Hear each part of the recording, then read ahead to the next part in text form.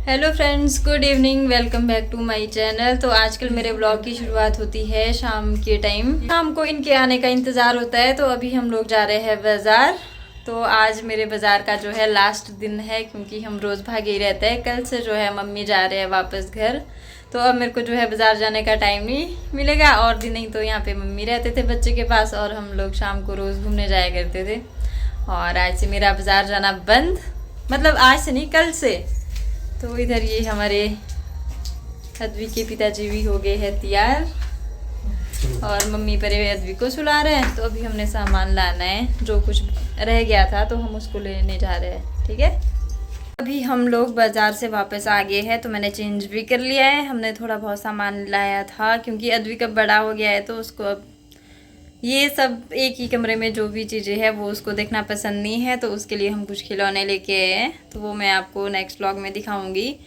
सिर्फ मैं आपको एक चीज़ दिखा देती हूँ। अभी हम उसके लिए एक ये बॉल भी लाए हैं, और ये आप देख रहे होगे कि हवा में कहाँ लटका हुआ है। तो ये भी आपको नेक्स्ट व्लॉग में ही देखने को मिलेगा। चलो बता ही देती हूँ। हम यहाँ फैन से लटका दिया है, क्योंकि आप समझ सकते हैं कि इसको हमने फ़ैन से क्यों लटकाया है। जब हमारे अद्विक जी रोते हैं तो वो उब चुका है इस रूम में अरे परे देखते देखते। तो उसके लिए ये एक नई चीज़ है। जब हम इसको हिलाते रहता है तो ये हिलते रहता है, और उसकी नज़र इस पर टिक जाती है, और काफ़ी देर तक जो है वो शांत रहता है, और हमारे को भी काम करने देता है, और ख़ुद भी मज़े से खेलते रहता है। और हमने मम्मी के लिए लाए थे क्या आप गैस कर सकते हैं? तो मैं अभी आपको दिखाती हूँ कि हम बाज़ार से और क्या ले सकते हैं। दोस्तों आप, ये जो है हमने अद्विक के लिए एक छोटी सी बास्केट लाई है उसकी दवाइयों के लिए, क्योंकि उसकी दवाइयाँ इतनी ज़्यादा हो गई थी। वो ऐसे ही अरे परे बिखरी हुई अच्छी नहीं लगती थी। तो हमने सोचा क्यों ना उसके लिए एक छोटा सा बास्केट लाया जाए। तो ये रही हमारी, उसमें दवाइयाँ भी है, और उसकी जो भी छोटी मोटी चीज़ें हैं, उसका क्रीम पाउडर सब कुछ इसमें ही है। और मम्मी के लिए लाए थे हम गोलगप्पे।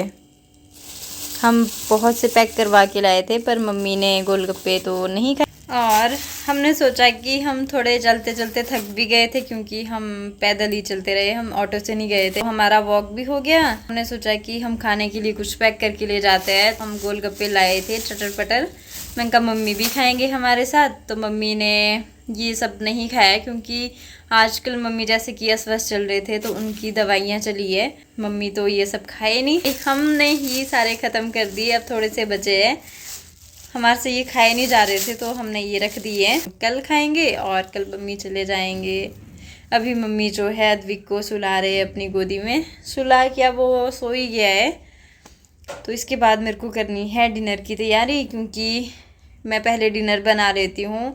और 8 साढ़े 8 बजे की, ओहो देखो जी उठ भी गया है वो शायद। तो 8 साढ़े 8 बजे के करीब हम उसको नहला लेते हैं, क्योंकि जैसे ही वो उठता है तो फिर एकदम से रोने लगता है।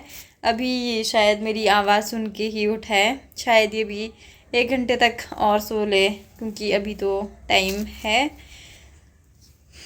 इसको नहलाने का। तो उसके बाद हमने फटाफट से फ्री होना है, फिर इसको फिर से सुलाना है। फिर हमने जो है मम्मी के साथ बहुत सारी बातें भी करनी है। बातें नहीं करनी है, मम्मी को हम आराम से सोने देंगे, क्योंकि शायद वो सुबह जल्दी चले जाएंगे।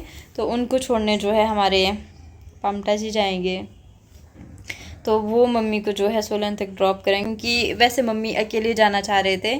तो मम्मी की एक तो तबीयत सही नहीं है, ऊपर से मम्मी को यहाँ पे जो है काफ़ी दिन हो गए थे हमारे साथ रहते हुए।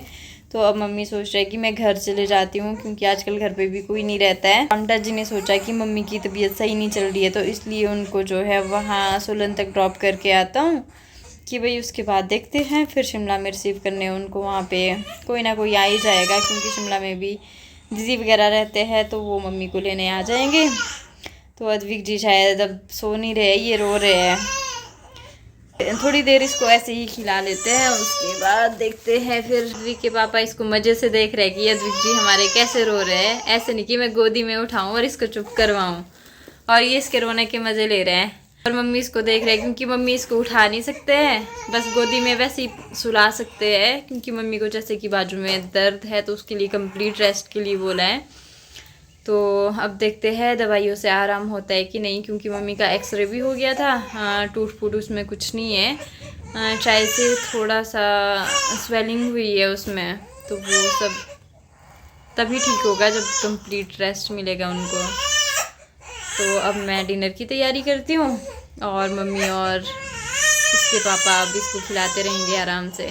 अब मिलती हूँ मैं आपसे थोड़ी देर। दोस्तों अभी हम लोग जो है डिनर करके फ्री हो गए हैं और बड़ी मुश्किल से जो है हमारे अद्विक जी भी सो गए हैं। टाइम बज चुके हैं रात के 11। सुबह इन्होंने भी जाना है मम्मी को छोड़ने और मम्मी भी अब रेस्ट कर रहे हैं क्योंकि उन्होंने अभी दवाइयाँ खाई है।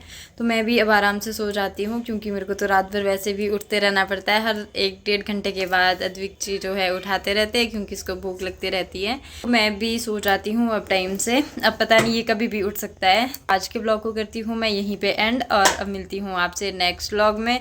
अब पता नहीं कल का व्लॉग कैसा रहता है क्योंकि कल जैसे कि मम्मी भी जा रहे हैं। पहले पापा जी को जो है बुरा लगा था, अब सब ऐसा ही चलता रहेगा। चलो ये सब बातें हम अब कल वाले ब्लॉग में करेंगे। तो अभी पहले टाइम से सो जाती हूँ और थोड़ी खुद की नींद भी ज़रूरी है क्योंकि ये तो बेचारा सो लेता है थोड़ी थोड़ी करके अपनी नींद, कभी ये गोदी में ही सो जाता है। तो मैं भी अब आराम कर लेती हूँ।